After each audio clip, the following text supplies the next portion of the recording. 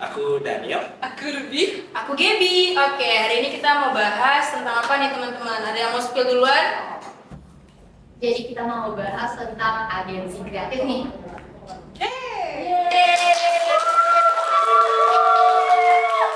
Nah, betul banget kata Casey tadi. Kita bakal bahas tentang agensi kreatif di industri lokal Indonesia saat ini. Sepenting apa dan searjen apa sih? Oke, sebelumnya kita mulai dulu. Agensi kreatif itu apa sih? Ada yang mau jawab? Ya, mungkin ada teman-teman yang mau duluan.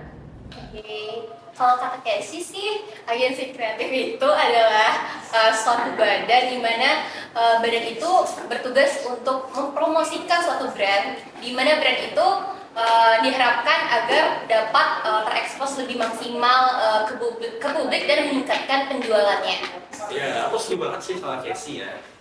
Kayak yang dibilang Casey itu emang creative agency itu emang pihak yang berusaha membuat branding suatu merek atau suatu produk biar makin tertarik nih orang sama produknya. Boleh? Mungkin ada hubungannya juga sama Casey sama Daniel.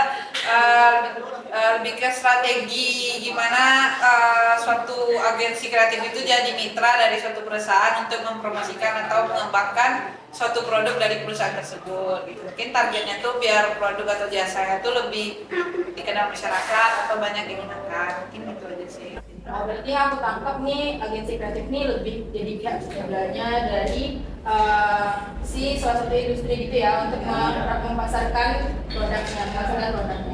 Oke. Aku mau nanya, emang searjen apa sih agensi kreatif ini untuk industri Indonesia pada saat ini? Ada yang mau jawab? Siapa?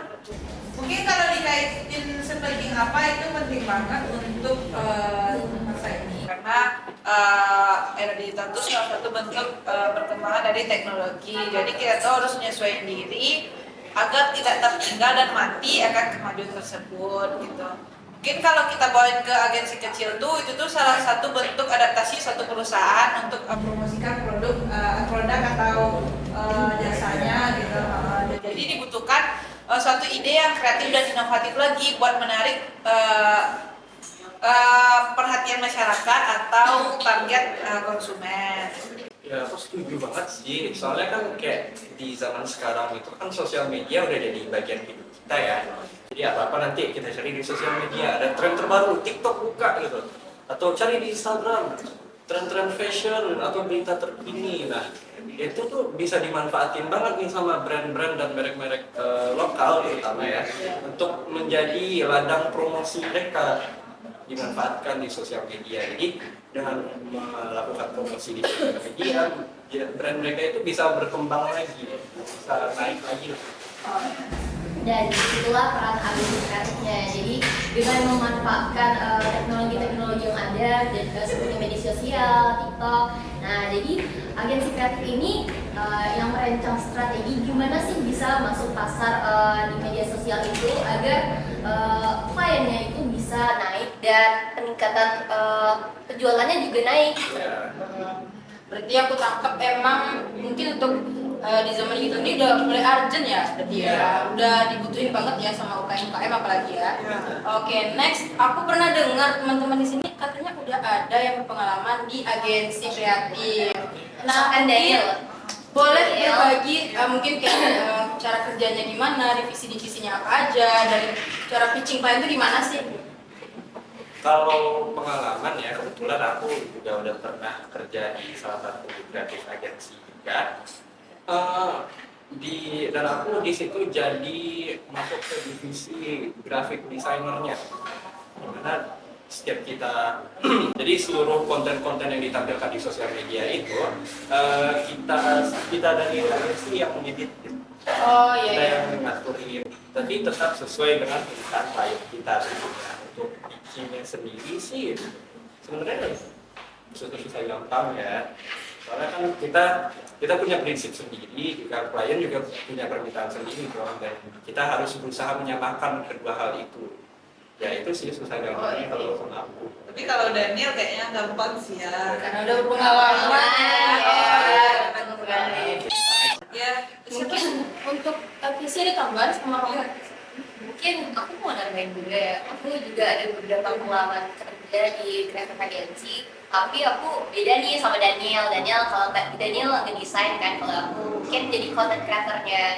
Jadi susahnya dari content creator itu gimana ya? Mungkin karena aku masih kuliah juga, jadi kesulitan membagi waktunya nih. Gimana take kontennya, belum lagi ngeditnya, kejar tayangnya, dan target untuk kontennya itu berapa sih sebulan gitu kan. Kayak kita mau bagi waktu nih, mau kuliah aja udah sibuk, apalagi nambah untuk membuat konten kan. Belum lagi kayak tekanan dari kliennya gimana, tekanan dari agensinya gimana, dan gimana sih kita cara bagi waktunya. Mungkin itu sih yang payahnya. Tapi aku ngerasa semenjak aku bergabung di kreatif agensi, aku ngerasa aku tuh ditempa untuk tetap berjalan walaupun terseok-seok ya. Aku merasa diri aku bisa berkembang lebih banyak di sana. Dan aku dari misalnya aku waktu itu content creatornya ada buat motion, dan pertama kali aku ngerasa aku nggak bisa nih buat motion kan, tapi karena dipaksa di sana, jadi aku bisa.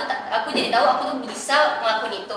Jadi kita nggak bakalan tahu kalau kita nggak pernah mencoba. Mungkin sih itu dari aku ya. Oh, berarti tadi kan ada desainer, ada content creator. Nah, emang pembagian divisi itu gimana sih? Kan kabarnya juga ada yang bagian bisnis, kreatif. Ah, boleh dijelasin sedikit ke teman-teman di sini? Mungkin aku ya dulu.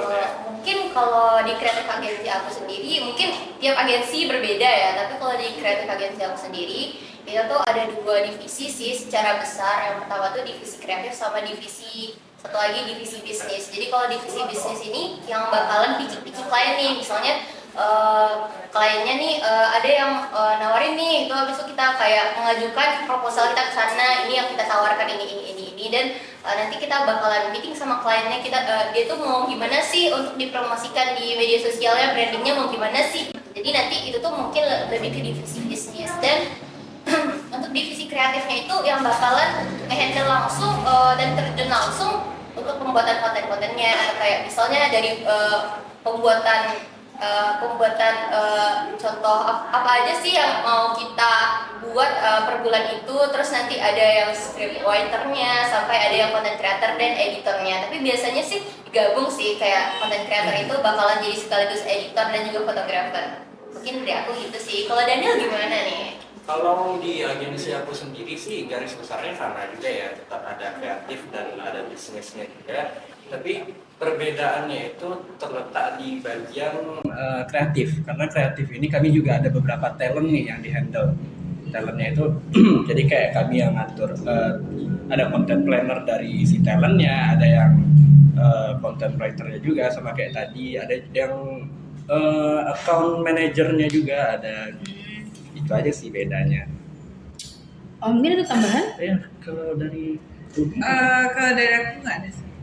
Kayaknya udah cukup nggak sih pembahasan kita? Kayaknya udah lengkap juga teman-teman ngejelasinnya. Nah, kita closing statementnya ke sebelah sini ya, kayaknya ke kamera sini.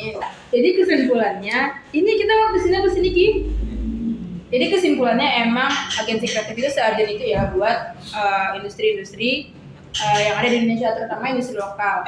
Karena di gempuran era digital, semuanya tuh kayak udah harus mau nggak mau udah harus beralih ke dunia itu gitu. Oke, mungkin sekian aja dari kita, dan teman-teman jelasnya udah bagus banget. Oke, boleh slogannya teman-teman?